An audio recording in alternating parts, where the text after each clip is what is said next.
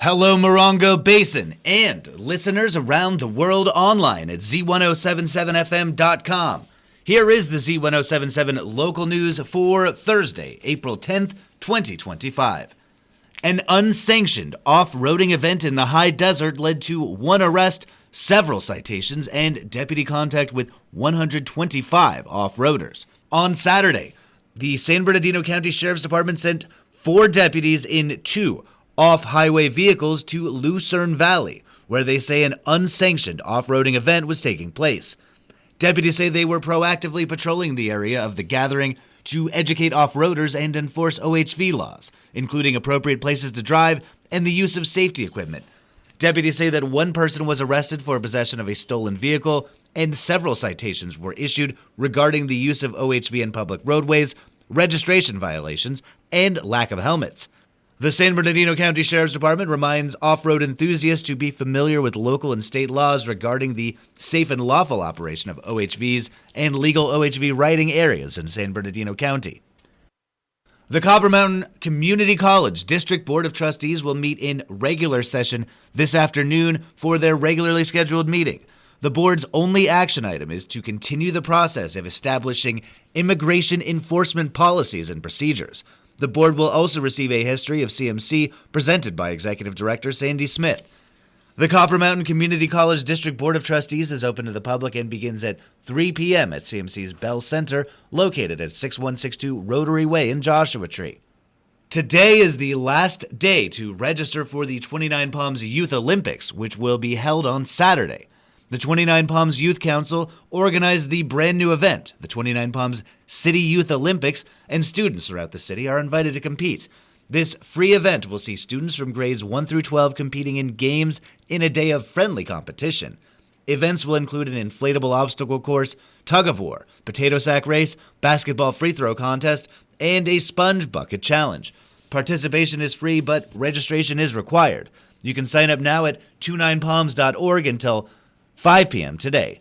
The inaugural 29 Palms City Youth Olympics will be held on Saturday at Lucky Park. Sky's the Limit Observatory and Nature Center in 29 Palms will be holding a dance performance and dance masterclass in celebration of the upcoming Pink Moon this weekend with music and dance by Alchemy Arts Collective. Reporter Gabriel Hart spoke with Alchemy Arts Collective's Barbara Koch to find out more about what makes the Pink Moon special and the Art Collective's approach to celebrating the lunar event.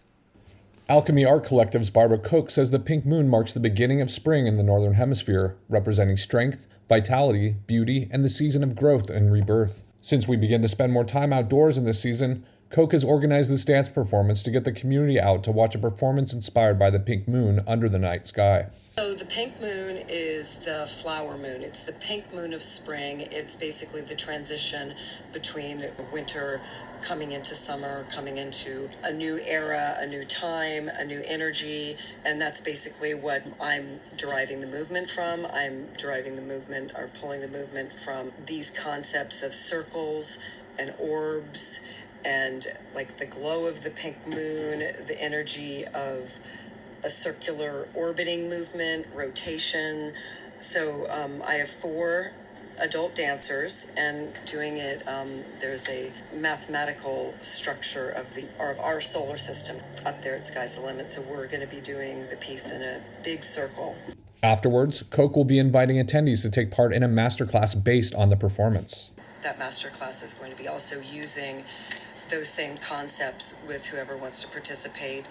But it won't be like a dance class. It'll be more like make a movement that has a circle in it, or make a pattern with a part of your body. It could be your elbow, it could be your hip, it could be you drawing in the sand, it could be a orbiting walk, it could be a circular walk. What I like to do is ask everybody to make 2 or 3 of these that fit in their body, and then ask them to share those, and then we choose one of each person, and then we start adding them together, kind of like the game of telephone. Alchemy Art Collective's Pink Moon performance and masterclass is part of a 2-day full moon festival at Sky's the Limit Observatory and Nature Center in 29 Palms, Friday, April 11th and Saturday, April 12th. Saturday's performance begins at 7 p.m. and will be followed by a live discussion with a Joshua Tree National Park Ranger, followed by desert stories and full moon telescope viewing after dark. For more information, including tickets, full schedule, and attractions for both nights, please visit skiesthelimit29.org.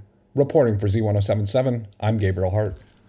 An emergency preparedness event returns to Yucca Valley on Saturday, part of a partnership between the town of Yucca Valley, the Morongo Basin Community Organizations Active in Disaster, and High Desert Emergency Action Alliance.